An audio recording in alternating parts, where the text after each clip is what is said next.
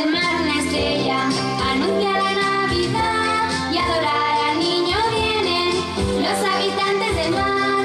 Con el casco de un barco hundido prepararon un portal con perlas y caracolas, algas, conchas y coral. En el fondo del mar, donde el agua es azul, es su cuna de sal, ha nacido Jesús.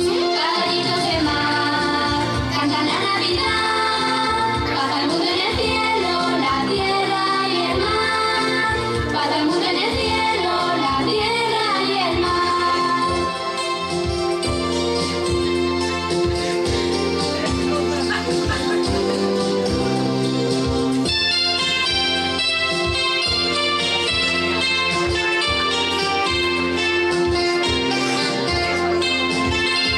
Llega el pulpo, el atún y un pescado al lado de un tiburón y montado en una estrella un capitán mejillón.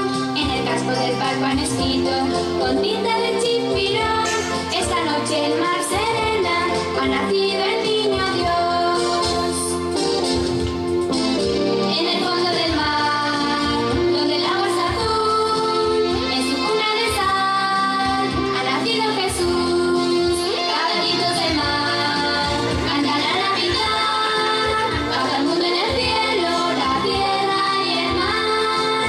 Paz al mundo en el cielo, la tierra y el mar.